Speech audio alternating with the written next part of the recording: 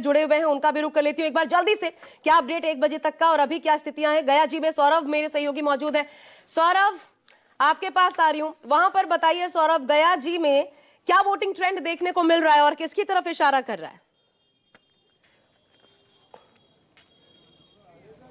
आशा, सबसे पहले मैं आपको बता दूं कि मैं इस वक्त गया जी में मौजूद नहीं हूं। मैं बेलागंज में मौजूद हूं। अच्छा, और निश्चित तौर पर अगर बेलागंज विधानसभा क्षेत्र की बात करें और बेलागंज विधानसभा क्षेत्र की लड़ाई की बात करें तो काफ़ी दिलचस्प लड़ाई है, क्योंकि 1 साल पहले यहाँ उपचुनाव हुआ था, जहाँ करीब 35 साल के बाद जो जदयू उम्मीदवार थी मनोरमा देवी, उनकी जीत हुई थी। और उसके बाद 1 साल के बाद फिर विधानसभा का चुनाव हो रहा है, तो निश्चित तौर पर लड़ाई जो है वो काफ़ी कड़ी है। एक तरफ मनोरमा देवी फिर से जदयू की उम्मीदवार बनाई गई है और दूसरी तरफ आरजेडी से सुरेंद्र यादव, जो पहले विधायक थे और अब वो सांसद बन चुके हैं जहानाबाद से। जरा ये जो पीछे लोग हैं बात तो कीजिए। विश्वनाथ यादव, लगता है वो भी इंतजार कर रहे हैं कि आप बात करें। जी बिल्कुल, हमारे साथ कई लोग हैं कि करके बात करेंगे। ये बताइए इस बार कितनी टफ है लड़ाई अगर बेलागंज की बात करें? बेलागंज का लड़ाई विकास पे है। पहले 35 साल से पूर्व जो विधायक यहाँ के रहे, मंत्री भी रहे, सांसद बन गए, लेकिन उनका विकास कहीं नज़र नहीं आया। वो जाति का राजनीति कर कर के आज इतने दिन तक बचे। और ये जो नए जो मनोरमा देवी आई हैं, तो इनके आने से ये समीकरण यहाँ पे टूटा है। लेकिन पिछली बार जो खेल खराब हुआ था वो मोहम्मद अमजद के कारण हुआ था। इस बार वो मैदान में नहीं है, उनके जगह पर जनसुराज पार्टी के मोहम्मद शहाबुद्दीन है। निश्चित रूप से आपका कहना कि मोहम्मद अमजद थे तबर तो लड़ाई त्रिकोणात्मक थी, लेकिन अबर जो है उनके मतदाता में भी कि जो बेलागंज में विकास हुआ, और बेलागंज में सबसे बड़ा विषय है शांति। हर जाति को लोग चाहते हैं शांति। ठीक है, जातिवाद एक समस्या है, जातीयता से लोग घिरे हैं, लेकिन दोनों उम्मीदवार हैं एक ही जाति के हैं, यादव जाति के ही हैं। लेकिन उन लोगों में एक जो पिछले 9 महीना में मनोरमा देवी ने विकास की एक रेखा खींच दिया पूरे बेलागंज में।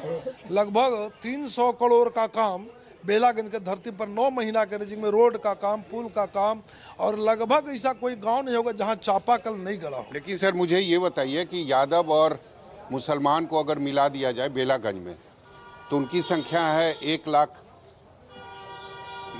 से भी ज़्यादा है, 1,20,000 के आसपास।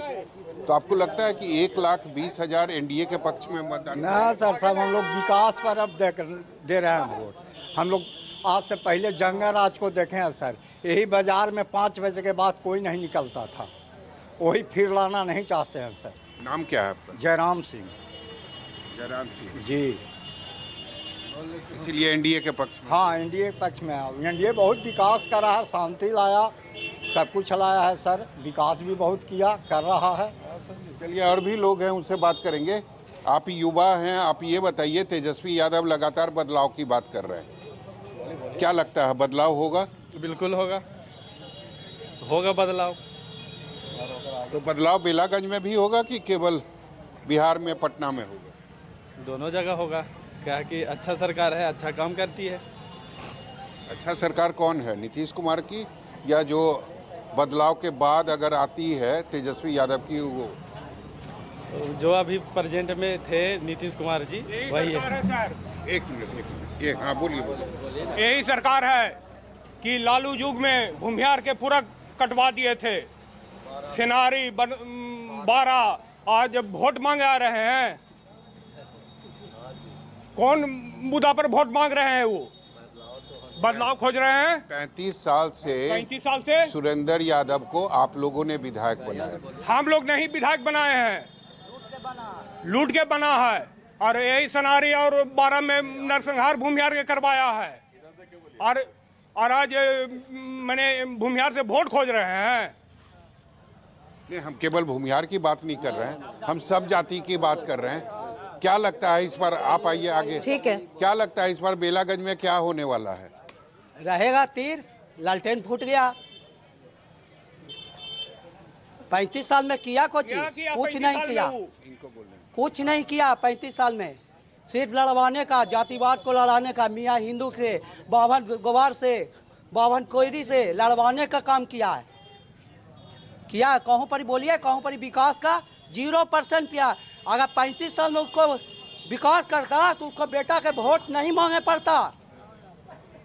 रात में पैसा छीट रहा है, घिघिया रहा है। 35 साल विधायक रहे और अब सांसद हैं। अरे सांसद हुओं से विदा हो जाएंगे, हुओं से विदा हो जाएंगे। संसद है, भूमिहार की चलते संसद है।